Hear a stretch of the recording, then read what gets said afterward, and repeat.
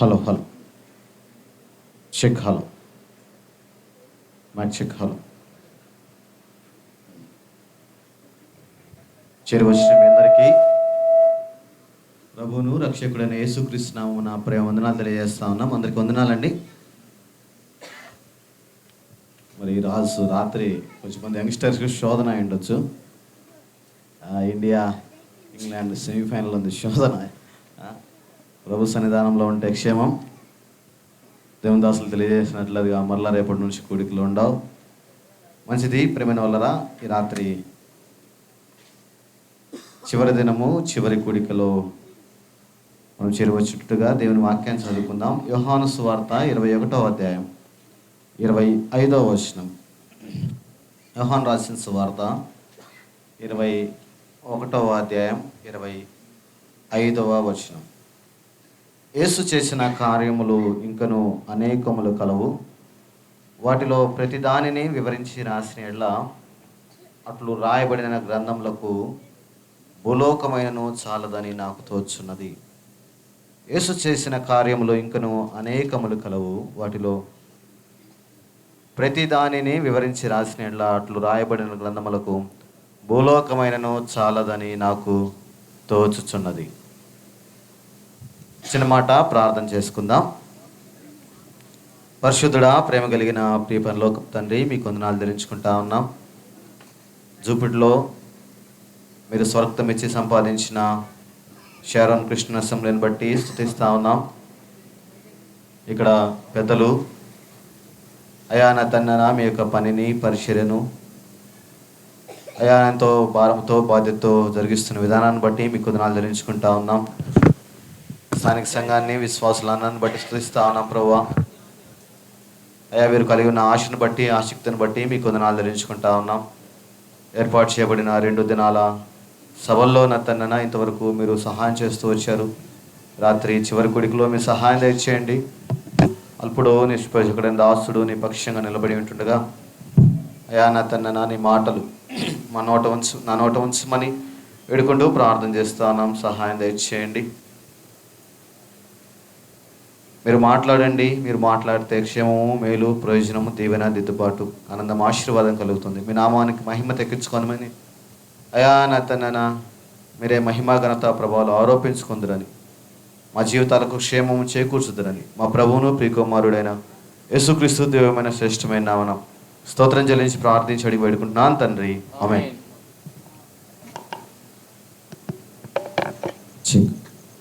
ప్రియమైన వాళ్ళారా, మరి ఈ 2 దినాల రక్షణ సువార్త సభల్లో యాక్చువల్గా నేను కొత్త, మీ అందరికి కొత్త, మీరు నాకు కొత్త. పెద్దలు మోహన్ రావు అంకుల్ ఫోన్ చేశారు. మరి చిన్నవాడిని అయినప్పటికీ వారు నన్ను ప్రేమించి ఈ 2 దినాలు పరిచర్లో భాగంగా దేవుని వాక్య పరిచర్య చేయడానికి ఆహ్వానించి మీతో కలిసి సహవాసం చేయడానికి నాకు అవకాశం ఇచ్చిన దేవునికి, అదేవిధంగా స్థానిక సంఘ పెద్దలు మరి మోహన్ రావు అంకులు, అదేవిధంగా సైదుల్ గారు, కిరణ్జీ గారికి, స్థానిక సంఘానికి అంతటికి కూడా నా యొక్క హృదయపూర్వక వందనాలు తెలియజేస్తా ఉన్నాను. మీరు ఎంతగానో ప్రేమించి చేసిన పరిచర్యకు కూడా నా యొక్క హృదయపూర్వక వందనాలు తెలియజేస్తా ఉన్నాను. వల్ల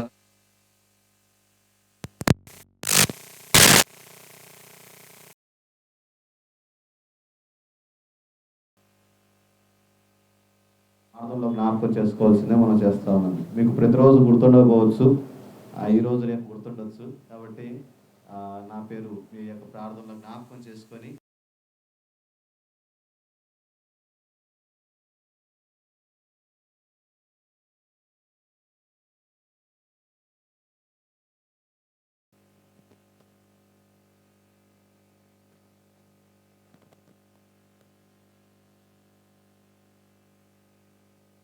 నిర్గమాకాండంలో నుంచి మనం విన్నాం.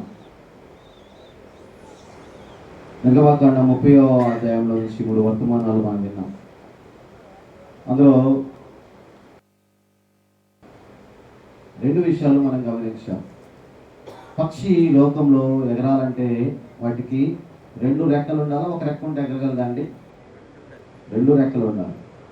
అదేవిధంగా నిర్గమాకాండంలో ఉన్న రెండు విషయాలు, ఆ యొక్క ప్రత్యక్ష గుడారంలో ఉన్న ధూపవేదిక ప్రార్థన, ఇతడి గంగాలం అందులో ఉన్న నీరు వాక్యానికి సాదృశ్యంగా ఉంటుండగా ఇవి మన ఆత్మీయ జీవితానికి ఎంతో అవసరం. ఇవి రెండు లేకుండా మన ఆత్మీయ జీవితంలో మనం ప్రయాణం చేయలేం, సాగలేం. రెండూ కలిగి ఉండాలి ప్రేమ వల్ల. కాబట్టి ఆ రెండు విషయాలు మనము జ్ఞాపకం చేసుకున్నాం. అయితే ఈ రాత్రి యోహాను సువార్త 21వ అధ్యాయము 25వ వచనంలో మనం చదువుకున్నట్లుగా యేసు చేసిన కార్యములు ఇంకను అనేకములు కలవు, వాటిలో ప్రతిదాన్ని వివరించి రాసిన అట్లు రాయబడిన గ్రంథములకు భూలోకమైనను చాలదని నాకు తోచున్నది. యేసుక్రీస్తు వారు ఈ లోకంలో ఉన్నప్పుడు అనేకమైన అద్భుత కార్యాలు, ఆశ్చర్యక్రియలు, సూచనలు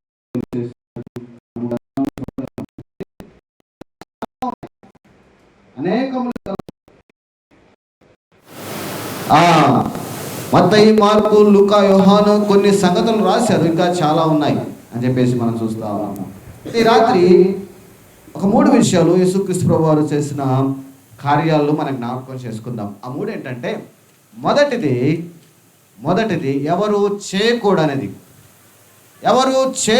కార్యము యేసుక్రీస్తు ప్రభువు వారు ఒకటి చేశారు, అనగా యూదులుగా ఎవరు చేయకూడని కార్యం. రెండవదిగా ఎవరు చేయలేని కార్యం, లేకపోతే ఎవరు చేయలేని పని యేసుక్రీస్తు ప్రభువు వారు ఒకటి చేసింది మనం చూసుకుందాం, అనగా యూదుడుగా ఎవరు చేయలేని పని. మూడవదిగా ఈ విశ్వంలో, ఈ భూప్రపంచంలో ఎవరికి కూడా చేయడానికి చేతకాని పని.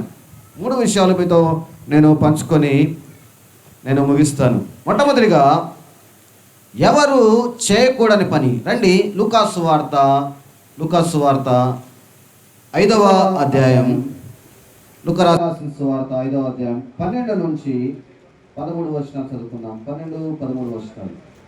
ఆయన ఒక పట్టణంలో ఉన్నప్పుడు ఇదిగో కుష్ఠరోగంతో నిండిన ఒక మనుషుడు ఉండెను. వాడు యేసును చూసి సాగిలపడి, ప్రభువా, నీకు ఇష్టమైతే నన్ను శుద్ధునిగా చేయగలవని ఆయనను వేడుకొనెను. అప్పుడు ఆయన చేయి చాపి వానిని ముట్టి, నాకు ఇష్టమే, నువ్వు శుద్ధుడు కమ్మని అనగానే కుష్ఠరోగము వానిని విడిచెను. ఆయన ఒక పట్టణంలో ఉన్నప్పుడు కుష్ఠరోగంతో నిండిన ఒక మనుషుడు ఉన్నాడు. యేసుక్రీస్తు ప్రభువు వారు ఆయన అనేక గ్రామాలు, పట్టణాలు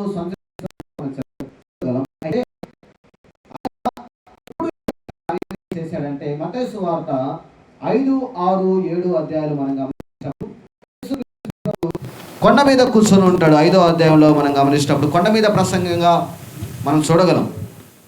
8వ అధ్యాయం 1వ వచనం చూడండి.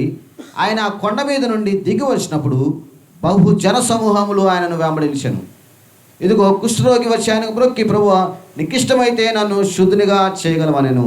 అందుకని చేయి చాపి వాని ముట్టి, నాకు ఇష్టమే, నువ్వు శుద్ధుడు కమ్మని చెప్పగా తక్షణమే వాని కుష్ఠరోగము శుద్ధి అయ్యెను అని చెప్పేసి మనం చూస్తాము. అంటే కొండ మీద ప్రసంగము ముగించిన తర్వాత, ఆయన కొండ దిగిన తర్వాత ఆయన గలిలయ సముద్ర తీర ప్రాంతాలలో ఈ యొక్క కార్యాన్ని చేసినట్లుగా మనం చూస్తూ ఉన్నాం. లూకాసు వార్త 5వ అధ్యాయంలో ఈ యొక్క సంఘటన మత్తయి సువార్త, మార్కు సువార్త, లూకాసు వార్త 3 గాస్పల్స్లో సువార్తలో రాయబడింది. అయితే లూకాసు వార్తలో మనం చూసాం, ఆ కుష్ఠరోగి యేసుక్రీస్తు ప్రభువు వారి దగ్గరకు వచ్చి ఆయనను చూచి సాగిలపడి, ప్రభువా, నీకు ఇష్టమైతే నన్ను శుద్ధునిగా చేయగలవని ఆయనను వేడుకున్నాడు. ప్రేమ వల్లరా, కుష్ఠరోగం, యూదులు కుష్ఠరోగాన్ని చాలా వారు హీనంగా చూసేవారు. కుష్ఠరోగి ఊరు వెలుపల ఉండాలి, ఊరికి దూరంగా ఉండాలి. ఇంకా విషయం చెప్పంటారా, కుష్ఠరోగి వాడు ఏం చేయాలంటే, కుష్ఠరోగం వచ్చిన వాడు ఊరి వెలుపల ఉండి మెడలో ఒక ప్లక్కార్డ్ ఇలా వేసుకొని, డోంట్ టచ్ మీ, నన్ను ఎవరు కూడా ముట్టుకొనవద్దు, నేను అపవిత్రుడును అని చెప్పేసి కేకలేయాలి. రండి, లేవియాకాండ గ్రంథం, లేవియాకాండం 13వ అధ్యాయం 45, 46 వచనాలు చదువుకుందాం. లేవియాకాండం 13వ అధ్యాయం 45,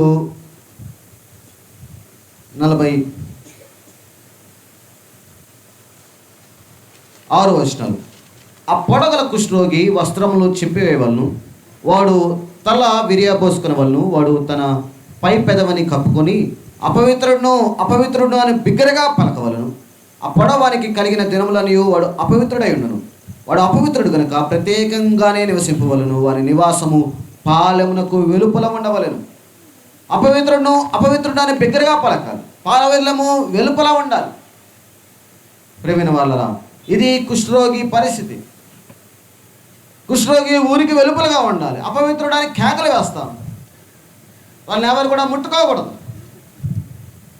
అయితే అటువంటి కుష్ఠరోగి యేసుక్రీస్తు ప్రభువు వారి దగ్గరకు వచ్చాడు. యేసుక్రీస్తు ప్రభువు వారి దగ్గరకు వచ్చి, ప్రభువా నీకు ఇష్టమైతే నన్ను శుద్ధుడిగా చేయమని చెప్పేసి ప్రార్థన చేస్తున్నట్లుగా మనం చూడగలం ప్రేమైన వాళ్ళరా. అయితే చూడండి 13వ వచనంలో, అప్పుడు ఆయన చేయి చాపి వానిని ముట్టి. ఇది ఎవరు కూడా చేయకూడదు, యూదులు ఎవరు కూడా చేయకూడని పని. ఒకసారి రాజుల 2వ గ్రంథం 5వ అధ్యాయానికి వద్దాం.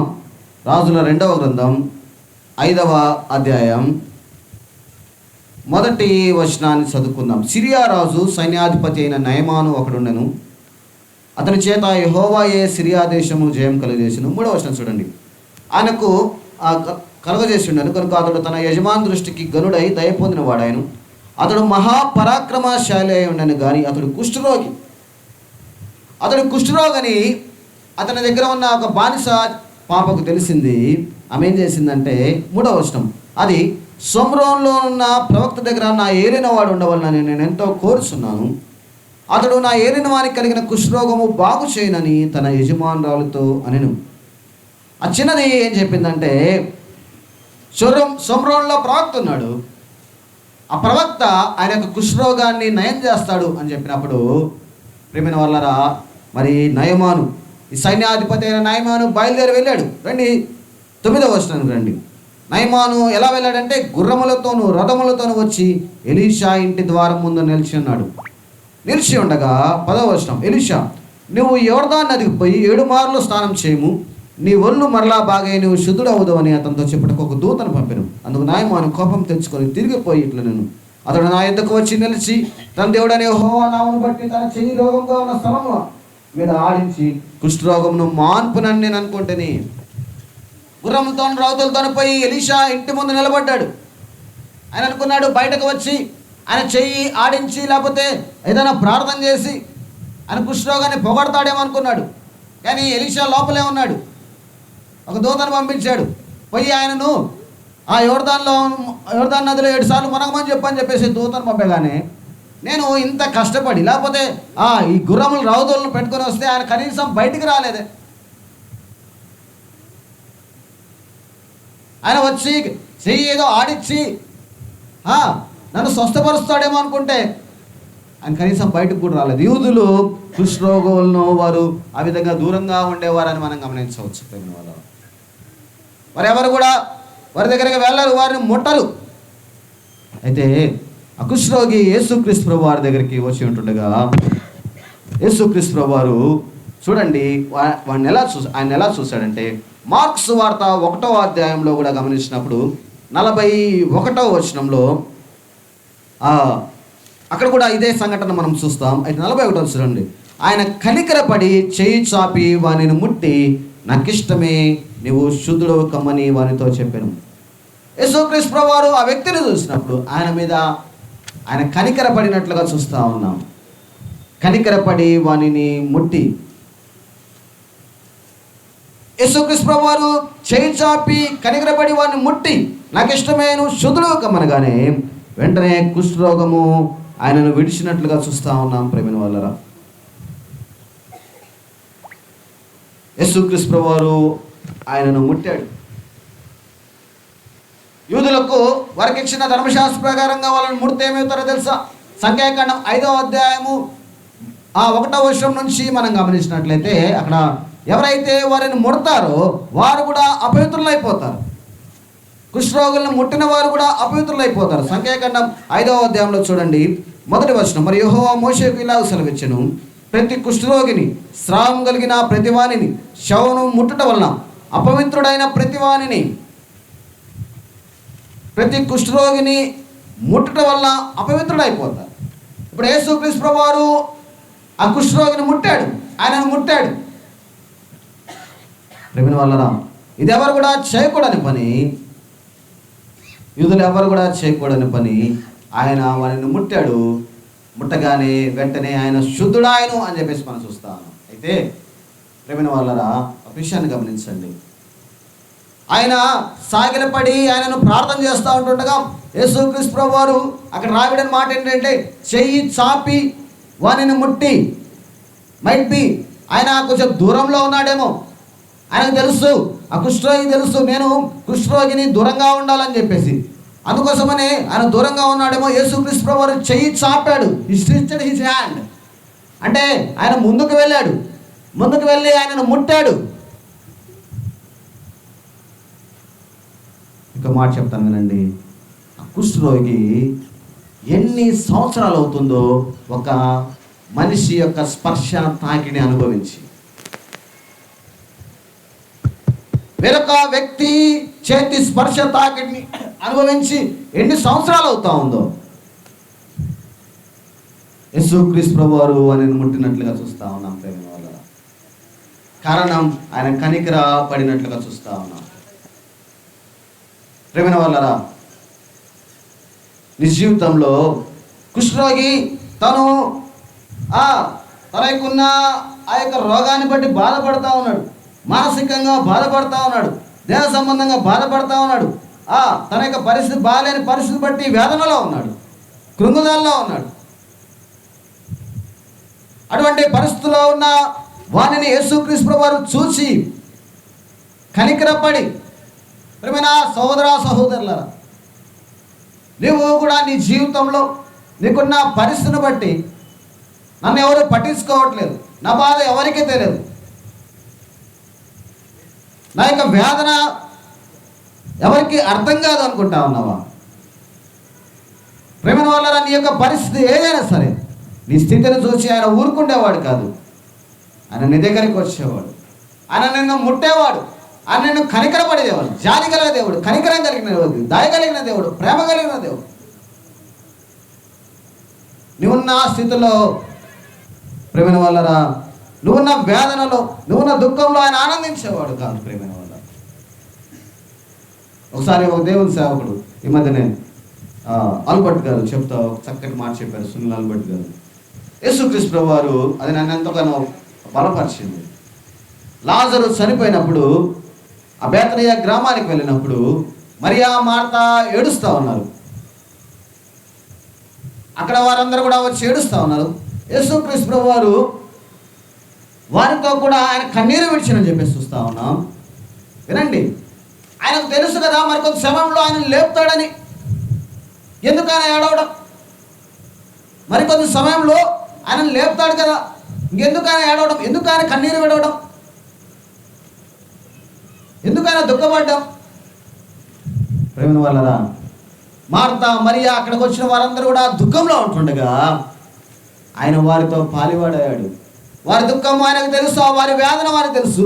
ఆయన కూడా కన్నీరు విడిచినని చెప్పేసి, నీకున్న పరిస్థితిని బట్టి ప్రేమ వల్లరా, నువ్వు నా దుఃఖ పరిస్థితిని బట్టి, నీకున్న పరిస్థితిని బట్టి ఆయన చూచి నీతో కూడా సహ పాలివాడుగా ఉంటాడు. ప్రేమ వల్లరా, నీ స్థితిని మార్చేవాడుగా ఉంటాడు.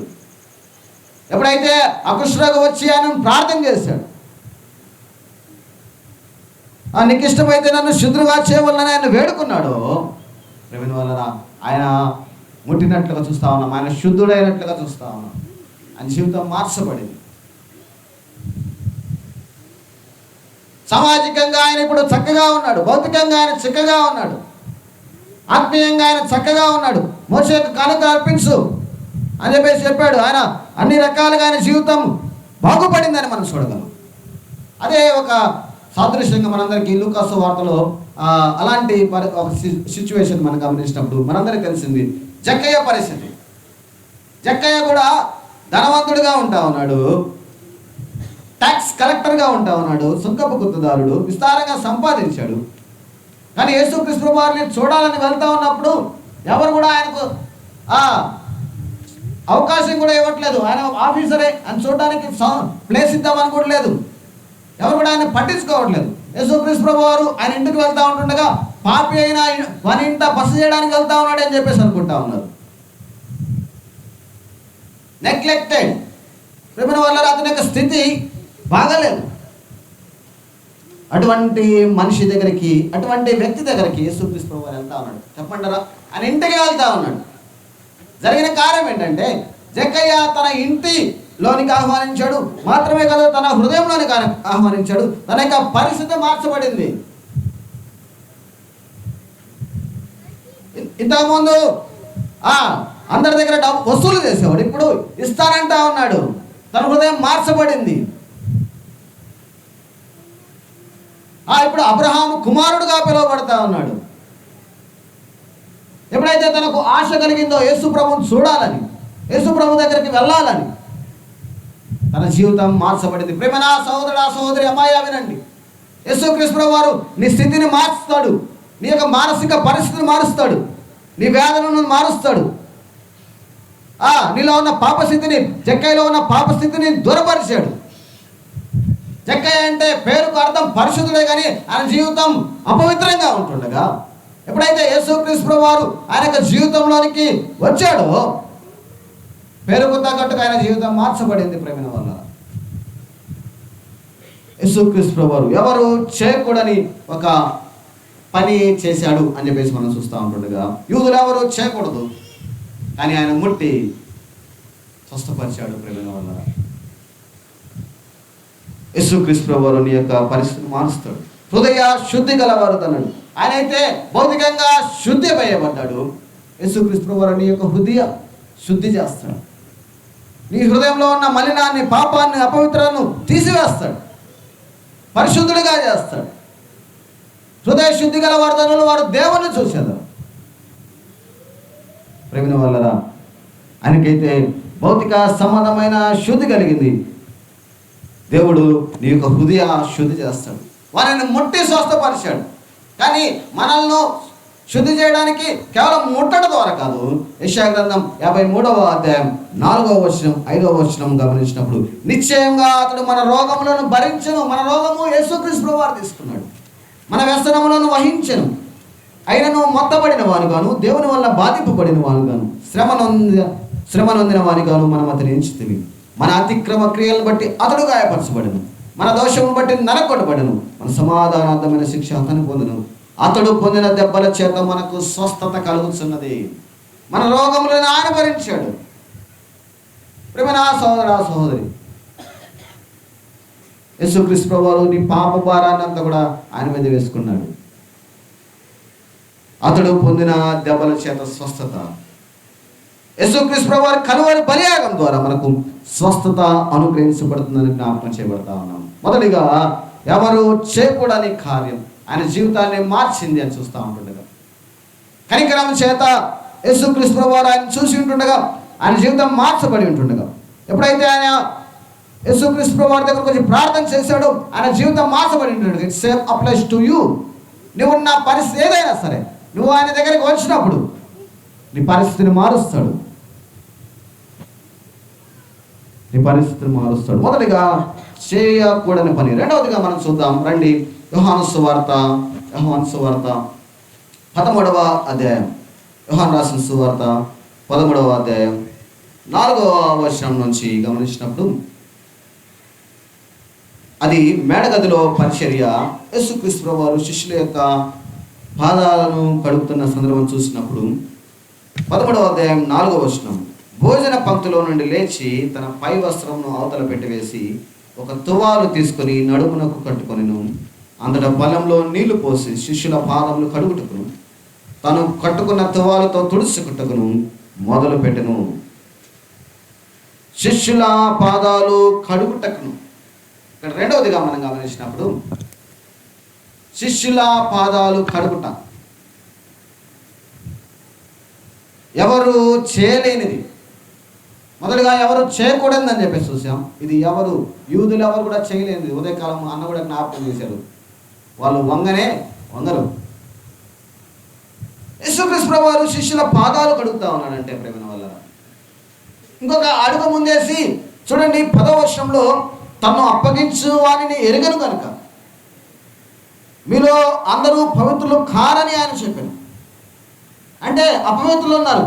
ఇస్కరియోతు యూదా ఉన్నాడు, ఆయన పాదాలు కూడా కడిగాడు. పాపుల పాదాలు, అపవిత్రుల పాదాలు కడిగాడు.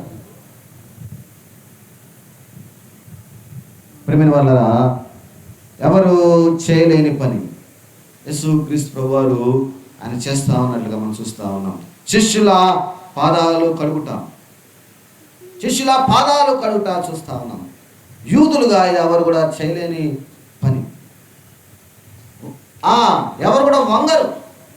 అయితే యేసుక్రీస్తు ప్రభువారు వంగాడు. రండి 8వ అధ్యాయానికి రండి. యోహాను సువార్త 8వ అధ్యాయము. అక్కడ శాస్త్రులు పరిచయులు వ్యభిచారంలో పట్టబడిన ఒక స్త్రీని యేసుక్రీస్తు ప్రభువారి దగ్గరికి తీసుకుని వస్తారు.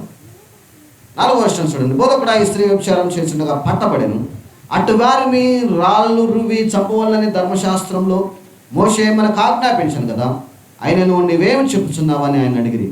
ఆయన మీద నేరం మోపవాలని ఆయనను శోధించుచు ఇలాగున అడిగిరి. అయితే యేసు వంగి యేసుక్రీస్తు ప్రభువారు వంగినట్లుగా మనం చూస్తా ఉన్నాం. యేసుక్రీస్తు ప్రభువారు వంగిన సందర్భాలు మనము జ్ఞాపకం చేసుకున్నప్పుడు ఆయన ఇక్కడ వ్యభిచారంలో పట్టబడిన స్త్రీ దగ్గర ఆయన వంగి ఏదో రాస్తున్నట్లుగా మనం చూడగలం.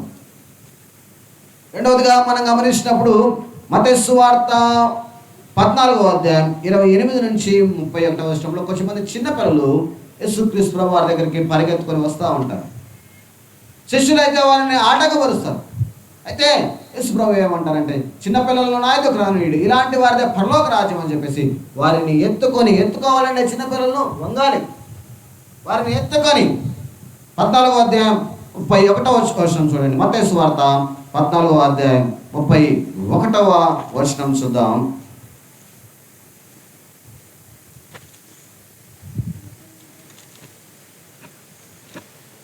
లేక మార్క్స్ వార్త 10వ అధ్యాయం 13 నుంచి 16 వచనాల్లో అవి ఉంటాయి. మార్క్స్ వార్త 10వ అధ్యాయం 16 వచనం. ఆ బిడ్డలను ఎత్తి కౌగలించుకొని వారి మీద చేతులుంచి ఆశీర్వదించిన వారు ఎత్తి కౌగలించుకొని అని చెప్పేసి మనం చూస్తా ఉన్నాం. అక్కడ వంగినట్లుగా మనం చూస్తా ఉన్నాం. యేసుక్రీస్తు ప్రభువారు వంగిన సందర్భాలు మనం చూస్తా ఉన్నాం. మూడవదిగా మనం చూసినప్పుడు శిష్యులు సముద్రంలో ప్రయాణం చేస్తూ వెళ్తూ ఉంటుండగా యేసుక్రీస్తు ప్రభువారు సముద్రం మీద నడుచుకుంటూ వస్తున్న సందర్భాన్ని మనం చూడగలం. యేసుక్రీస్తు ప్రభువారు నడుచుకుని వస్తూ ఉంటుండగా పేతురు చూసి అనుమానం పడతాడు. నీవే అయితే నేను నడుచుటకు సెలవు ఉన్నప్పుడు నడువన్నప్పుడు ఆయన నడుస్తూ ఉంటాడు. చుట్టుపక్కల మరలా ఆ యొక్క గాలిని చూసి తుఫాను చూసి భయపడి మునిగిపోతూ ఉంటాడు. యేసుక్రీస్తు ప్రభువారు ఆయనను చేయి పట్టుకొని పైకి లేపినట్లుగా మనం చూడగలం. అక్కడ కూడా వంగాడు. ఆయన వంగిన పరిస్థితులు మనం జ్ఞాపకం చేసుకుంటా ఉన్నప్పుడు ప్రేమ వల్లరా, శిష్యుల పాదాలు కడగడానికి వంగాడు. చిన్నపిల్లలను ఎత్తుకునే సందర్భంలో ఆయన వంగాడు. వ్యభిచారంలో పట్టబడిన స్త్రీ అక్కడ ఆయన నేల మీద రాస్తూ వంగాడు. ప్రేమ వల్లరా, పేతురును పైకి లేపట్లో ఆయన వంగాడు. ఆయన వంగాడు అని జ్ఞాపకం చేసుకున్నప్పుడు ఆయన తగ్గాడు. ఒకసారి రండి యోహాను సువార్త 17వ అధ్యాయం. ఆయన యొక్క స్థలం ఏంటి, ఆయన ఎక్కడ ఉంటాడని మనం జ్ఞాపకం చేసుకున్నప్పుడు యోహాను సువార్త 17వ అధ్యాయం 5వ వచనం. తండ్రి, లోకము పుట్టక మునుపు నీ యొద్ద నాకు ఏ మహిమ ఉండునో ఆ మహిమతో నన్ను ఇప్పుడు నీ యొద్ద మహిమపరచుము. తండ్రి, లోకము పుట్టక మునుపు నీ యొద్ద నాకు ఏ మహిమ ఉండునో. లోకము పుట్టగొనుపు ఆయన ఉన్నాడు. ఎక్కడ ఉన్నాడంటే తనతో ఉన్నాడు, ఆ మహిమలో ఉన్నాడు. ఆ మహిమలో ఆయన ఉంటుండగా ప్రేమ వల్లరా వినండి, యేసుక్రీస్తు ప్రభువారు యెషయా గ్రంథం 6వ అధ్యాయం 1వ వచనంలో ఆయన చూస్తూ ఉంటుండగా ఆ మహిమలో పరిశుద్ధుడు పరిశుద్ధుడు పరిశుద్ధుడు అంచు కొనియాడబడుతున్న వాడుగా మనం చూడగలం ప్రేమ వల్లరా. అటువంటి దేవుడు, ఆత్మరూపిగా ఉన్న దేవుడు, ఎవరు కూడా ఆయనను సమీపించలేరు, ఎవరు కూడా ఆయనను సమీపించి బ్రతకలేరు ప్రేమ వల్ల. అటువంటి దేవుడు ఆయన వంగాడు అని మనం జ్ఞాపకం చేసుకున్నప్పుడు లూకా సువార్త 2వ అధ్యాయం 4వ వచనంలో ఆయన కన్యా మరియ గర్భమున జన్మించిన పరిస్థితిని చూడదు. ఆయన మానవుడిగా జన్మించాడు, సశరీరుడిగా ప్రత్యక్షుడయ్యాడు. దేవుడు మానవుడయ్యాడు, ఆయన తగ్గాడు. ప్రేమైన వల్ల ఆయన వంగాడు అని జ్ఞాపకం చేసుకున్నప్పుడు తను తాను ఆ యొక్క స్థితి నుంచి, ఆ మహిమ నుంచి, ఆ ఘనత నుంచి, ఆ ప్రభావం నుంచి, ఔన్నత్యం నుంచి ఆయన మానవుడిగా దిగి వచ్చాడు. తన ప్రభావాన్ని తగ్గించుకున్నాడు. ఆయన వంగాడు అని జ్ఞాపకం చేసుకున్నప్పుడు ఫిలిప్పీలకు రాసిన పత్రిక 2వ అధ్యాయం 8-9 దేవునితో సమానంగా ఉండట గొప్ప భాగ్యం అని ఎంచుకున్నాక మనుషుల పోలిక పుట్టి దాసుని స్వరూపం ధరించుకున్నాడు. అదిగో దేవుని కన్నా తక్కువ స్థానం మనిషిగా దిగి వచ్చాడు. దానికంటే ఇంకో దిగి వచ్చాడు, దాసుడుగా దిగి వచ్చాడు. ప్రేమైన వాళ్ళారా, ఆయన ఇంకా వంగాడు, ఇంకా తగ్గాడు. కొరింథీయులకు రాసిన 2వ పత్రిక 5వ అధ్యాయం 21వ వచనాన్ని మనం గమనించినప్పుడు ఆయన ఇంకా తగ్గిన స్థితిని గమనించినప్పుడు ఆయన ఎందుకనగా మనం ఆయనందు దేవుని నీతిని ఉన్నట్లు పాపం ఎరుగుని ఆయనను మన కోసం పాపముగా చేసెను, పాపిగా చేయబడ్డాడు. దేవుడు వంగాడు అని జ్ఞాపకం చేయబడతా ఉన్నప్పుడు దేవుడు మానవుడిగా తగ్గాడు. మానవుడి కంటే తక్కువ స్థాయి దాసుడు, దాసుడి కంటే తక్కువ స్థాయి పాపి. ప్రేమైన వాళ్ళరా, ఆయన పాపుల్లో కూడా ఇద్దరి దొంగల మధ్య వేలాడదీయబడ్డం, ప్రధాన పాపిగా చేయబడ్డాడు, ఇంకా తగ్గాడు. గలతీయులకు రాసిన పత్రిక 3వ అధ్యాయంలో మనం గమనించినప్పుడు 14వ వచనంలో క్రీస్తు మన కోసమై శాపగ్రాహి అయ్యాడు, ఇంకా తగ్గాడు. ప్రేమైన వాళ్ళరా, అపోస్తలుల కార్యం 2వ అధ్యాయంలో గమనించినప్పుడు ఆయన ఆత్మ పాతాళంలో ఆయన ఆత్మను విడిచిపెట్టలేదు అన్నట్లే మనం చూడగలం. అంతవరకు తగ్గాడు. ప్రేమైన వాళ్ళ ఆయన మహోన్నతమైన స్థలంలో నివసించేవాడు. ఆయన వంగాడు అని జ్ఞాపకం చేసుకుంటాడు. ఎంతగా తగ్గాడో ప్రేమైన వాళ్ళ. ఇది ఎవరు కూడా చేయలేని పని, ఆయన వంగడం అనే విషయంలో మనం జ్ఞాపకం చేయబడతా ఉంటుండగా తను తాను ఎంతగా తగ్గించుకున్నాడు, ఎంతగా తను తాను తగ్గించుకుంటా ఉన్నాడో మనం చూస్తూ ఉన్నాం. ప్రేమైన వాళ్ళ అయితే వినండి, ఆయన ఆ విధంగా తగ్గించుకొని ఉంటుండగా ఆయన అంతగా శిష్యుల యొక్క పాదాలు, అది ఏ యూదులు ఎవరు కూడా చేయలేని పని అని చెప్పేసి మనం చూస్తూ ఉంటాం. మీకు మాట చెప్పంటారా, యూదులలో పనివారు ఉంటారు కదా, వాళ్ళ యొక్క యూదులలో పనివాడు వారి యొక్క యజమాని పాదాలు కూడా కడగడు. నేను నా యొక్క యజమాని ఉన్నాడు, ఒకవేళ నేను యూదుని అనుకుని ఆ యజమాని పాదాలు అది కూడా కడగరు. ఒక అన్యుడు వచ్చి మాత్రమే కడగాలి, అన్య బానిసలు మాత్రమే పని చేయాలి. అలా కడగడం వారు చాలా నీచమైన పనిగా, చాలా వారికి కించపరిచే పనిగా వారు చూస్తారు. ప్రేమ వాళ్ళ అయితే యేసుక్రీస్తు వారు తగ్గించుకున్న విధానాన్ని మనం చూడగలుగుతా ఉన్నాం. రాత్రి తనను తాను తగ్గించుకున్న యేసుక్రీస్తు వారిని చూస్తూ ఉంటుండగా ప్రేమ వాళ్ళ ఆయన అంతగా తగ్గించుకుంటుండగా చూడండి, ఫిలిప్పీలకు రాసిన పత్రిక 2వ అధ్యాయం ఎంతగా హెచ్చించబడ్డాడో మనం గమనించినప్పుడు ఫిలిప్పీలకు రాసిన పత్రిక 2వ అధ్యాయం 8వ వచనం, మరియు ఆయన ఆకారమందు మనుష్యుడుగా కనబడి మరణం పొందినంతగా అనగా శిలువ మరణం పొందినంతగా విధేయత చూపించిన వాడై తను తాను తగ్గించుకునేను. అందుచేతను పరలోకమందున్న వారిలో కానీ, భూమి మీద ఉన్న వారిలో కానీ, భూమి క్రింద ఉన్న వారిలో కానీ ప్రతి వాని మోకాలు యేసునామమున వంగునట్లును, ప్రతి నాలుకయు తండ్రి అయిన దేవుని మహిమార్థమై యేసుక్రీస్తు ప్రభువుని ఒప్పుకున్నట్లును దేవుడు ఆయనను అధికంగా హెచ్చించి ప్రతి నామమునకు పైనామమును ఆయనకు అనుగ్రహించెను. ఆయన అంతగా తగ్గించుకున్నట్టుగా దేవుడు అధికంగా హెచ్చించి అన్ని నామములకు పైనామంగా ఆయనను హెచ్చించినట్లుగా మనం చూస్తా ఉన్నాం. ప్రేమ అయితే మనకు అన్వయింపు ఏంటి? దేవుడు మనకేం తెలియజేస్తా ఉన్నాడు? ఇందాక మనం జ్ఞాపకం చేసుకున్నాం కొండ మీద ప్రసంగం. ఆయన కొండ మీద కూర్చొని ఉంటుండగా మత్తయి సువార్త 5వ అధ్యాయానికి రండి. 5వ అధ్యాయం మత్తయి సువార్త 5వ అధ్యాయం 1వ వచనం. ఆయన ఆ జన సమూహం చూసి కొండ ఎక్కి కూర్చుండగా ఆయన శిష్యులు ఆయన దగ్గరకు వచ్చి అప్పుడు ఆయన నోరు తెరిచి నాకు బోధింపసాగాను. ఆయన కూర్చొని ఉంటుండగా వారి శిష్యులు వచ్చి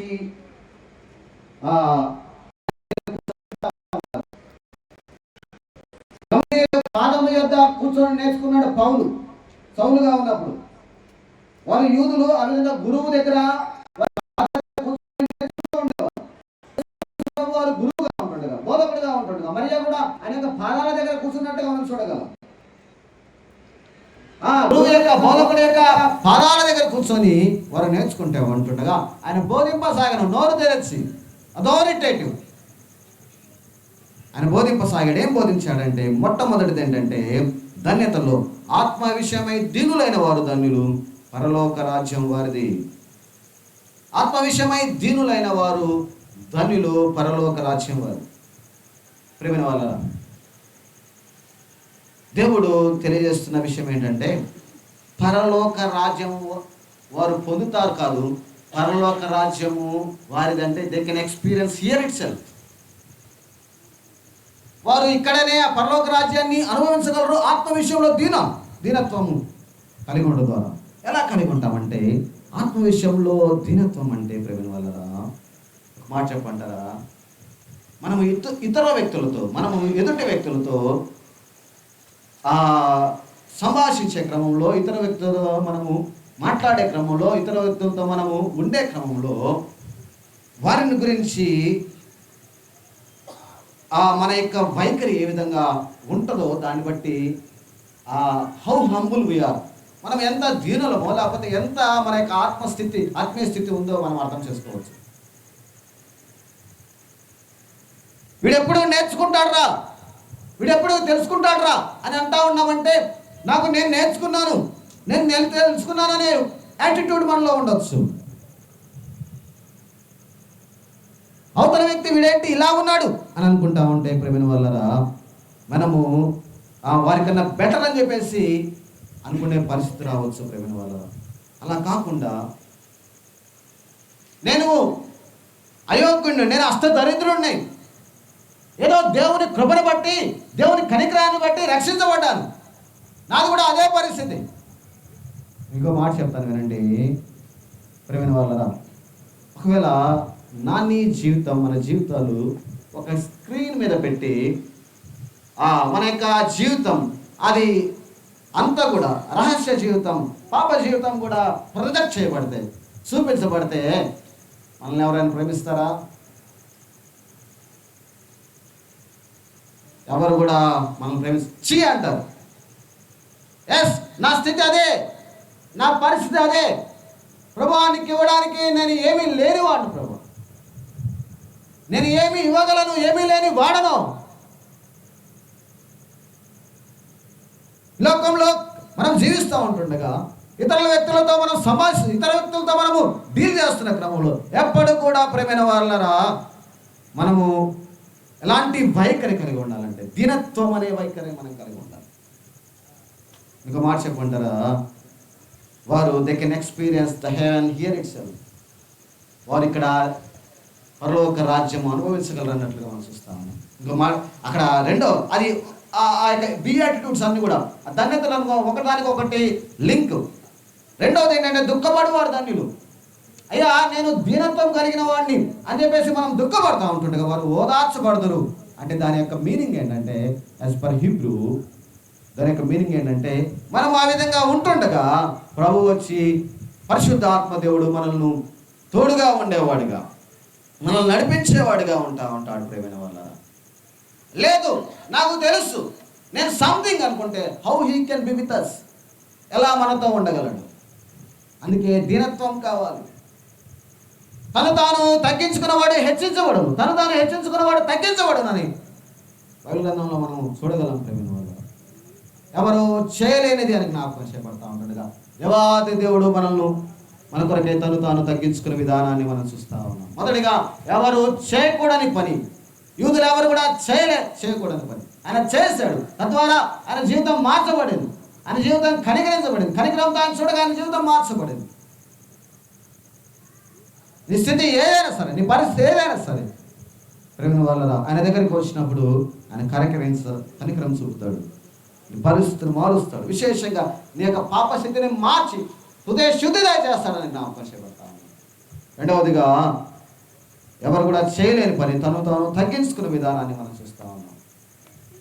అందులో నుంచి మనం నేర్చుకుంటున్న పాఠం, మనం కూడా దీనత్వము కలిగి ఉండడం ద్వారా ప్రేమైన వాళ్ళరా ఆ ధన్యతను అనుభవించగలం. మూడవదిగా మనం చూసుకొని మనం ప్రార్థన చేసుకున్నాం. రండి, ప్రకటన గ్రంథం 5వ అధ్యాయం. ప్రకటన గ్రంథం 5వ అధ్యాయం మొదటి వచనం నుంచి నేను చదువుతా ఉన్నాను.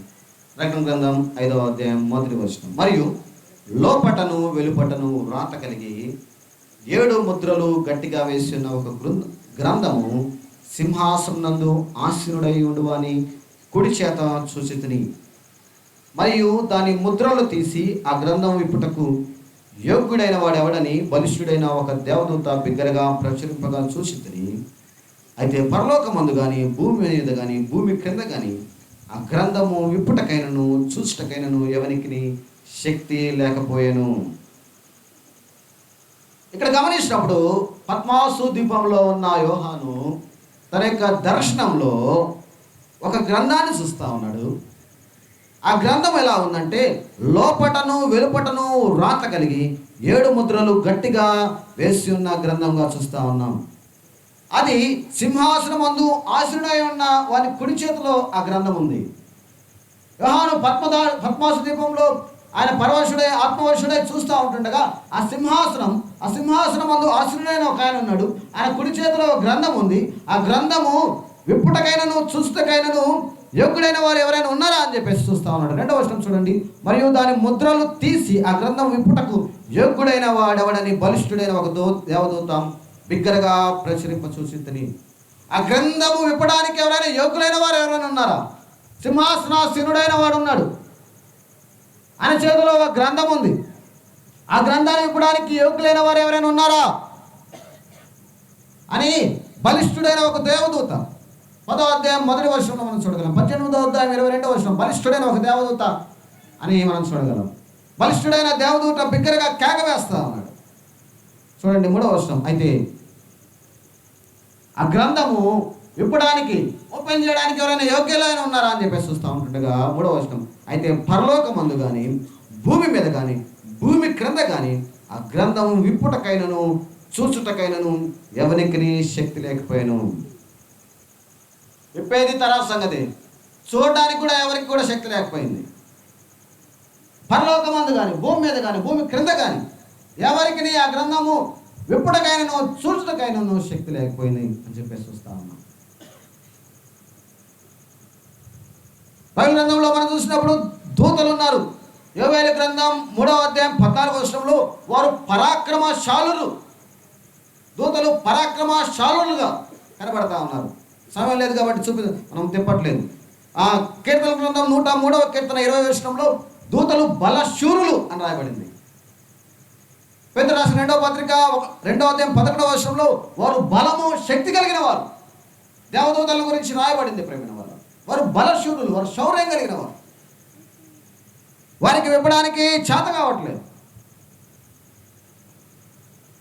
పరలోకంలో ఉన్న గబ్రియేలు దూత లేకపోతే మికాయేలు దూత ఎవరికి కూడా ఆ యొక్క గ్రంథాన్ని విప్పడం చేత కావట్లేదు. ఎవరైనా ఉన్నారా అని చెప్పేస్తుండగా ఎవరు కనపట్లేదు. ఓల్డ్ టెస్టిమెంట్ సైన్స్, పాత నిబంధన భక్తులు అబ్రహాము, మోషే, దావీదు ఇటువంటి భక్తులు ఎవరైనా వచ్చి ఇవ్వడానికి యోగ్యుల, వారికి శక్తి లేకపోయింది. కొత్త నిబంధనలో ఉన్న భక్తులు పేతురు, యోహాను, పౌలు ఇటువంటి భక్తులు ఎవరైనా ఇవ్వడానికి యోగ్యుల, చేత అవుతుంటే శక్తి లేకపోయింది. పరలోక మంది కానీ భూమి మీద కానీ భూమి క్రింద కానీ ఎవరు కూడా దాన్ని ఇవ్వడానికి చేత కావట్లేదు. 4వ వచనానికి రండి. 5వ అధ్యాయం 4వ వచనం. ఆ గ్రంథము విప్పుటకైనను చూచుటకైనను యోగ్యుడెవడను కనబడనున్న నేను బహుగా ఏడ్చుండగా, ఆ గ్రంథం విప్పడానికి కానీ చూడటానికి కానీ యోగ్యుడు ఎవరు కనపడినప్పుడు యోహాను ఏడ్చుండగా 5వ వచనం. ఆ పెద్దలలో ఒకడు ఏడవకము, ఇదిగో దావీదు చిగురైన యూదా గోత్రపు సింహము 7 ముద్రలను తీసి ఆ గ్రంథం విప్పుటకై జయము పొందినని నాతో చెప్పాను. ఆ పెద్దల్లో ఒకడు ఏడవద్దు, ఇదిగో దావీదు చిగురైన యూదా గోత్రపు సింహము 7 ముద్రలు తీసి ఆ గ్రంథము విప్పుటకై జయము పొందినని నాతో చెప్పాను. ఏడవద్దు, దావీదు గోత్రపు సింహమైన దావీదు గోత్రపు సింహము ఆ గ్రంథం విప్పుటకు యోగ్యతను పొందాడు. 6వ వచనం, మరియు సింహాసనములకు ఆ 4 జీవులకు పెద్దలకు మధ్యను వధింపబడినట్లున్న గొర్రె పిల్ల నిలిచి ఉన్నట్టు చూసి వధింపబడినట్లుండిన గొర్రె పిల్ల నిలిచి ఉన్నట్టు చూసి నువ్వు ఏడవద్దు. యూదా గోత్రపు సింహము, దావీదు చిగురు, వధింపబడినట్లున్న గొర్రెపిల్ల, ఆ గ్రంథము విప్పడానికి యోగ్యుడు. ఆయన అక్కడ నిలబడి ఉన్నాడు. నిలబడి ఉండుట యోహాను చూశాడు. ప్రేమైన వాళ్ళరా రండి 9వ వచనానికండి. 9వ వచనం, ఆ పెద్దలు, నువ్వు ఆ గ్రంథమును తీసుకొని దాని ముద్రలను విప్పుటకు యోగ్యుడవు, నువ్వు వధింపబడిన వాడవై నీ రక్తం ఇచ్చి. పెద్దలు అంటా ఉన్నాడు, యూదా గోత్రపు సింహమును, దావీదు చిగురుగా ఉన్నాం. యేసుక్రీస్తు ప్రభువారిని చూసి ఏమంటా ఉన్నారంటే, నువ్వు ఈ గ్రంథాన్ని విప్పుటకు యోగ్యుడవు, నువ్వు వధింపబడిన వాడవై నీ రక్తం ఇచ్చి అని చెప్పేసి మనం చూస్తా ఉన్నాం. నువ్వు యోగ్యుడవు. ఆయన ఆ గ్రంథాన్ని విప్పడానికి యోగ్యుడిగా ఉన్నట్లుగా మనం చూస్తా ఉన్నాం. ప్రేమ వల్ల యోహాను సువార్త 20వ అధ్యాయం 17వ వచనం గమనించినప్పుడు, యోహాను సువార్త వధింపబడినట్లున్న గొర్రెపిల్ల, ఒకసారి విందాం, మరలా దాన్ని చదువుదాం. ఆయన అక్కడ నిలబడ్డాడు. ఆయన రక్తం ఇచ్చి రక్తముతో నిలబడినట్లుగా మనం చూస్తా ఉన్నాం. ఆయన రక్తంతో నిలబడి ఉంటుండగా ఆయన ఎలా అక్కడ నిలబడ్డాడు, ఆయన ఏ విధంగా అక్కడ నిలబడ్డాడంటే, ఆయన ఎలా అక్కడ నిలబడ్డాడంటే, ఎవరైనా ఒకరు యోహాను సువార్త 20వ అధ్యాయం 17వ వచనం చదవండి, కొంచెం చదివి సహాయం చేయండి. యోహాను సువార్త 20వ అధ్యాయం 17వ వచనం. యేసు ఆమెతో, నేను ఇంకను తండ్రి యొద్దకు ఎక్కిపోలేదు కనుక నన్ను ముట్టుకొనవద్దు. చాలండి.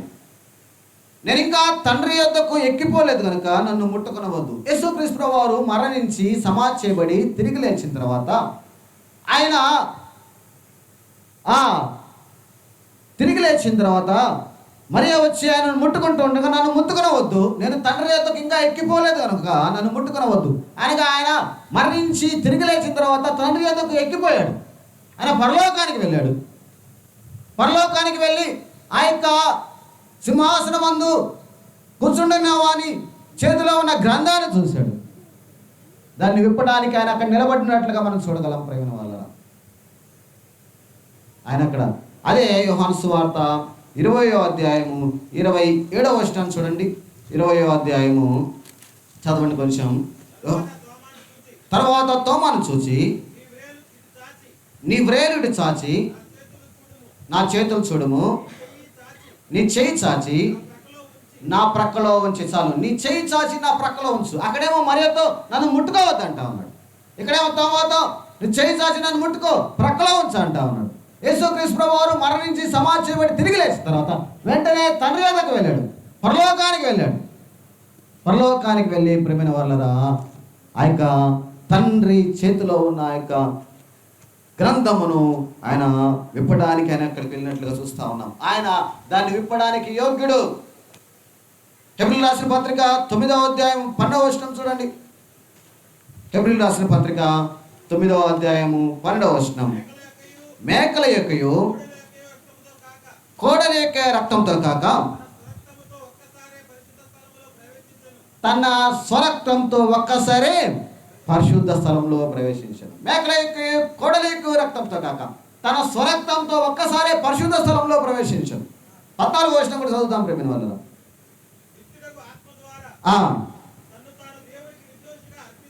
తన్ను తాను దేవునికి నిర్దోషిగా అర్పించుకొని, ఈ మాట చాలండి, నిర్దోషిగా అర్పించుకొని. ఇశ్రాయేలు ప్రజలు వారి యొక్క దోషము, వారి యొక్క పాపం పోవాలంటే వారు వారి పాపమునకు బదులుగా వారి యొక్క స్థితి స్తోమతను బట్టి గువ్వను కానీ గొర్రెను కానీ గోవును కానీ తీసుకుని వచ్చి వారి పాపానికి బదులుగా వారు అర్పించేవారు. లేవియాకాండం 1వ అధ్యాయంలో మనం గమనించినప్పుడు వారు ఎటువంటి దాన్ని తీసుకురావాలంటే చూడండి, లేవియాకాండం 1వ అధ్యాయంలో వారు ఎటువంటి ధ్యానాన్ని తీసుకుని రావాలంటే 1వ అధ్యాయం 3వ వచనంలో మనం చూసినప్పుడు నిర్దోషమైన మగదానిని తీసుకుని రావాలి. దహన బలి రూపంగా అర్పించినది గోవుల్లో అయిన నెల నిర్దోషమైన మగదాన్ని, నిర్దోషమైన దాన్ని తీసుకురావాలి. నిర్దోషమైన దాన్ని తీసుకుని వస్తేనే అక్కడ అంగీకరించబడుతుంది. ఒకవేళ లోపం ఉన్న దాన్ని తీసుకుని వస్తే లేవియాకాండం 22వ అధ్యాయం 20వ వచనం గమనించినప్పుడు, లేవియాకాండం 22వ అధ్యాయం 20వ వచనం, దేనికి కలంకం ఉండునో దానిని అర్పింపకూడదు. దేనికి కలంకం ఉండునో అని అర్పింపకూడదు. కలంకము, కల్మషం ఉన్నది అంగీకరించబడదు. దహన బలి, నైవేద్యం, సమాధాన బలి, పాప పరిహార బలి, అపరాధ పరిహార బలి, వారి యొక్క బలులు వారు తీసుకుని వస్తూ ఉన్నప్పుడు వారు నిర్దోషమైన దాన్ని తీసుకురావాలి. అది మాత్రమే అంగీకరించబడుతుంది. ప్రియమైన వాళ్ళరా, ఇప్పుడు యేసుక్రీస్తు ప్రభు వారు బలిగా చేయబడ్డాడు. ఆయన మానవాళి పాప పరిహారార్థమై వధింపబడిన గొర్రెపిల్లగా ఆయన అయ్యాడు. ఆయన రక్తం కార్చాడు, ప్రాణం పెట్టాడు, సమాధి చేయబడ్డాడు, తిరిగి లేచాడు. ఆయన తండ్రి యొద్దకు వెళ్ళాడు. ప్రియమైన వాళ్ళరా, నిలబడ్డాడు. అక్కడ ఆయన నిర్దోషిగా నిలబడ్డాడు. ఇక్కడ వెళ్ళాడు. ఇప్పుడు ప్రియమైన వాళ్ళరా, రండి ఒకసారి మళ్ళా ప్రకటన గ్రంథం 5వ అధ్యాయం, నేను ముగిచేస్తా ఉన్నాను. ప్రకటన గ్రంథం 5వ అధ్యాయం 9వ వచనం, ఆ పెద్దలు నీవు ఆ గ్రంథమును తీసుకొని దాని ముద్రలను విప్పుటకు యోగ్యుడవు, నువ్వు వధింపబడిన వాడవై నీ రక్తం ఇచ్చి, చూడండి అక్కడ, నీ రక్తం ఇచ్చి ప్రతి వంశంలోను, ఆయా భాషలు మాట్లాడే వారిలోను, ప్రతి ప్రజల్లోను, ప్రతి జనంలోను దేవుని కొరకు మనుష్యులను కొని నీ రక్తం ఇచ్చి కొన్నాడు. ప్రేమ వల్ల అదో ఒకరోజు ఆ యొక్క దేవుని తీర్పు ముందు నేను నిలబడి ఉంటుండగా, దేవుని ముందు నేను దోషిగా, నేను పాపిగా, నేను అపవిత్రుడిగా, నేను అవిధేయుడిగా దేవునికి కనబడతా ఉంటుండగా, నన్ను నిత్య నరకాగ్ని పాత్రుడిగా దేవుడు పంపిస్తూ ఉంటుండగా, వెంటనే యేసుక్రీస్తు ప్రభు వారు వచ్చి, ఇదిగో యూదా రాజు కొరకు నేను కాచిన రక్తం వెలబెట్టి కొన్నాను. నేను ప్రతి ప్రజలోను, ప్రతి భాషలోను, ప్రతి వంశంలోను నేను వారిని మనుషులను కొన్నానని చెప్పేసి తన రక్తాన్ని చూపిస్తాడు. ప్రియమైన వాళ్ళరా, యేసుక్రీస్తు ప్రభు వారి రక్తం ద్వారా విమోచించబడ్డాం. ఇది భూప్రపంచంలో ఎవరు కూడా చేయలేదు. మానవ కోటి ఎవరు కూడా చేయలేనిది. కేవలం యేసుక్రీస్తు ప్రభు వారు ఒక్కడు మాత్రమే నీ పాపాల నుంచి నువ్వు విడిపించడానికి సమర్థుడు, చాలినవాడు. ఆయన రక్తం కార్చాడు. ప్రేమ వల్ల చేతులలో చిరలు కొడతా ఉన్నప్పుడు చేతుల్లో నుంచి రక్తం కారుతాం. కాళ్ళలో మేకలు కట్టి దిగబడతా ఉన్నప్పుడు కాళ్ళు చీల్చబడి రక్తం కారుతాం. తలపైన ముళ్ళ కిరీటం, ఆ ముళ్ళకు మృదుడైన యొక్క మెత్తగా ఉండే ఈ యొక్క స్థలంలో గుచ్చుతూ ఉంటుండగా తలలో నుంచి రక్తం, వీపు నాగడసాల వల్ల దున్నపడతా ఉంటుండగా, ఆ కొరడా వేపులతో కొడతా ఉంటుండగా, కొరడాకు చివర మేకులు, గాజు పెంకులు, ముళ్ళులు ఉండి ఇలా కొట్టి ఇలా పైకి లేపరు కానీ ఇలా లాగుతా ఉన్నప్పుడు, ప్రేమైన వాళ్ళరా, ఆయన దేహం అంతా కూడా చేతబడతా ఉన్నప్పుడు రక్తం, ముఖం మీద వెంట్రుకలు పీకుతా ఉన్నప్పుడు రక్తం. ప్రేమైన వాళ్ళరా, ఆయన రక్తం కార్చాడు. ఎంతో తెలుసా, ఒక భటుడు వచ్చి ఆయన ప్రక్కలో పడవగా రక్తం అంతా అయిపోయి నీరు కారింది. No blood. మన దేహంలో ఎక్కడ గాయమైన వెంటనే బ్లడ్ వస్తుంది. నీరు కారిందంటే నో బ్లడ్. బ్లడ్ లేకపోతే నీరసం అయిపోతారు, బలహీనలు అవుతారు. పురుషులకి ఎంత శాతం బ్లడ్, స్త్రీలకి ఎంత శాతం బ్లడ్ ఉండాలి. బ్లడ్ లేకపోతే బలహీనలు అయిపోతారు. ఆయన పరిపూర్ణంగా బలహీనుడు అయిపోయాడు. ఆయన రక్తం ఇచ్చి కొన్నాడు.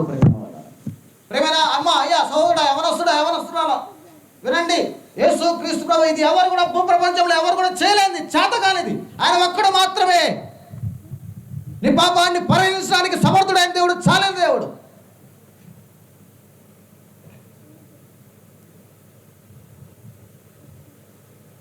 ఎవరును ఏ విధం చేతను తన సహోదరుని విమోచింపలేడని మనసు. కేవలం యేసుక్రీస్తు ప్రభువు ఒక్కరు మాత్రమే నీ పాపమును తీసివేయడానికి చాలిన దేవుడు. రాత్రికాల సమయం ప్రేమ వల్ల 3 విషయాలు మనం జ్ఞాపకం చేసుకున్నాం. మొదటిగా, ఎవరు చేయకూడని పని అయితే ఆయన కనికరంతో చేశాడు. నీ స్థితి ఏదైనా సరే, నీ పరిస్థితి ఏదైనా సరే, నిన్ను ఎవరు ప్రేమించడానికి అర్హుడు కానపడి సరే, ఆయన కనికరంతో నిన్ను ప్రేమిస్తాడు, నీ స్థితిని మారుస్తాడు ఎప్పుడైతే నువ్వు ఆయన ఎదుకు వస్తావో. రెండవదిగా మనం జ్ఞాపకం చేసుకున్నాం, ఎవరు చేయలేని పని ఆయన తాను తగ్గించుకున్నాడు. ఎంతగా తగ్గించుకున్నాడో మనం జ్ఞాపకం చేసుకున్నాం. మనకు తెలియజేశాడు మనం దీనులుగా ఉండమని. తద్వారా ఆయన మనల్ని హెచ్చిస్తాడు. హెచ్చించడం అనగానే వెంటనే మరలా భౌతిక సంబంధమైన ఆశీర్వాదాలకు వెళ్ళొద్దండి. అనేక మందికి ప్రయోజనకరంగా ఉంచుతాడు. ఒక చెట్టును మనం నాటి అది పెరిగి అది పండ్లు ఇస్తా ఉన్నప్పుడు అది తనకు ఉపయోగపడుతుందా, ఇతరులకు ఉపయోగపడుతుందా? అనేక మందికి ప్రయోజనకరంగా నేను ఉంచుతాడు, ఆశీర్వాదకరంగా నేను ఉంచుతాడు, బహుగా నిన్ను ఆశీర్వదిస్తాడని జ్ఞాపకం చేయబడతాం ఎప్పుడైతే మనం తగ్గించుకోవాలి. మూడవదిగా మనం జ్ఞాపకం చేసుకున్నాం, భూప్రపంచంలో ఎవరు కూడా చేయలేని పని యేసుక్రీస్తు వారు మాత్రమే చేయగలరు.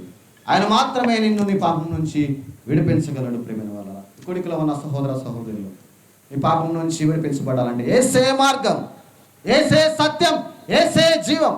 నా ద్వారా తప్ప ఎవరు తండ్రి యొద్దకు రాలేడు. ఆయనే మార్గం ప్రేమైన వాళ్ళ, ఆయనే సత్యం, ఆయనే జీవం. ఆయనను అంగీకరించి పరలోక ప్రాప్తిలో వచ్చిందిగా ప్రభుపేట ప్రేమతో మనం చేస్తున్నాం. చిన్న మాట ప్రార్థన చేసుకుందాం. తల వంచండి.